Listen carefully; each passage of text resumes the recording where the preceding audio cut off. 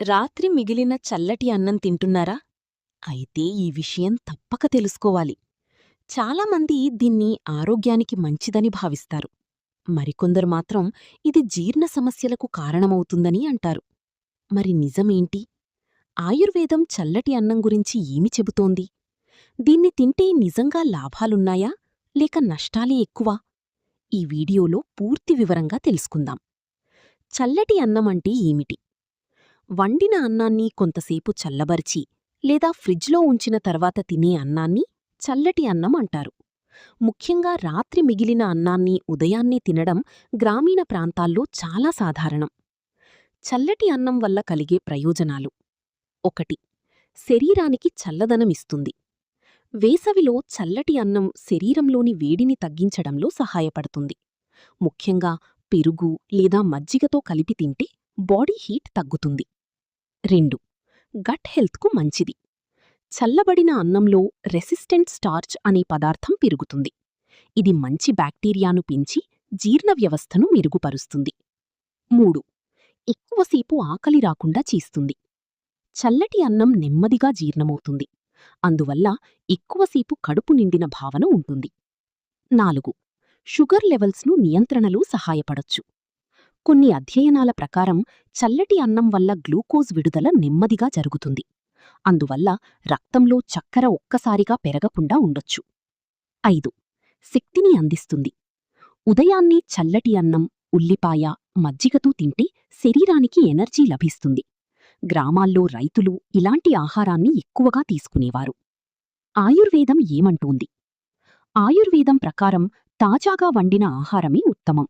చాలాసేపు నిల్వచేసిన లేదా ఫ్రిడ్జ్లో పెట్టిన ఆహారం తామసిక స్వభావం కలిగినదిగా భావిస్తారు. అయితే కొన్ని పరిస్థితుల్లో చల్లటి అన్నం ఉపయోగకరంగా ఉండొచ్చు. పిత్తదోషం ఎక్కువగా ఉన్నవారికి కొంత చల్లదనం ఇస్తుంది. వేసవిలో మితంగా తీసుకుంటే శరీరవేడి తగ్గించవచ్చు. మజ్జిగ, ఉల్లిపాయ, నిమ్మరసం వంటి వాటితో కలిపి తింటే జీర్ణానికి కొంత సులభంగా ఉంటుంది. కానీ ఆయుర్వేదం ప్రకారం ప్రతిరోజూ చల్లటి ఆహారం తినడం మంచిది కాదు. చల్లటి అన్నం వల్ల నష్టాలు: 1. జీర్ణ సమస్యలు రావచ్చు. అజీర్ణం, గ్యాస్, కడుపు ఉబ్బరం వంటి సమస్యలు రావచ్చు. ముఖ్యంగా జీర్ణశక్తి బలహీనంగా ఉన్నవారు జాగ్రత్తగా ఉండాలి. 2. కఫ సమస్యలు పెరగచ్చు. చల్లటి ఆహారం ఎక్కువగా తింటే కఫం, జలుబు, గొంతు సమస్యలు రావచ్చు. 3. ఫ్రిడ్జ్లో ఎక్కువసేపు ఉంచితే బ్యాక్టీరియా పెరిగే అవకాశం. సరిగా నిల్వ చేయకపోతే ఫుడ్ పాయిజనింగ్ ప్రమాదం ఉంటుంది. 4. కీళ్ల నొప్పులు ఉన్నవారికి ఇబ్బంది. ఆయుర్వేదం ప్రకారం చల్లటి పదార్థాలు వాతదోషాన్ని పెంచి కీళ్ల నొప్పులను ఎక్కువ చెయ్యొచ్చు. ఎవరు చల్లటి అన్నం తినకూడదు? తరచూ జలుబు వచ్చేవారు, అజీర్ణ సమస్యలు ఉన్నవారు, చిన్నపిల్లలు, వృద్ధులు, కీళ్ల నొప్పులతో బాధపడేవారు, ఆస్థమా లేదా సైనస్ ఉన్నవారు. చల్లటి అన్నం తినాలంటే ఈ జాగ్రత్తలు తప్పనిసరి. చల్లటి అన్నం తినాలంటే ఈ జాగ్రత్తలు తప్పనిసరి. తాజాగా వండిన అన్నాన్ని ఉపయోగించండి. ఎక్కువసేపు బయట ఉంచద్దు. ఫ్రిడ్జ్లో సరిగ్గా నిల్వ చెయ్యండి. ఉదయం మాత్రమే తినడం మంచిది. మజ్జిగ, పెరుగు, ఉల్లిపాయతో కలిపి తింటే మంచిది. ప్రతిరోజూ కాకుండా అప్పుడప్పుడు మాత్రమే తీసుకోండి.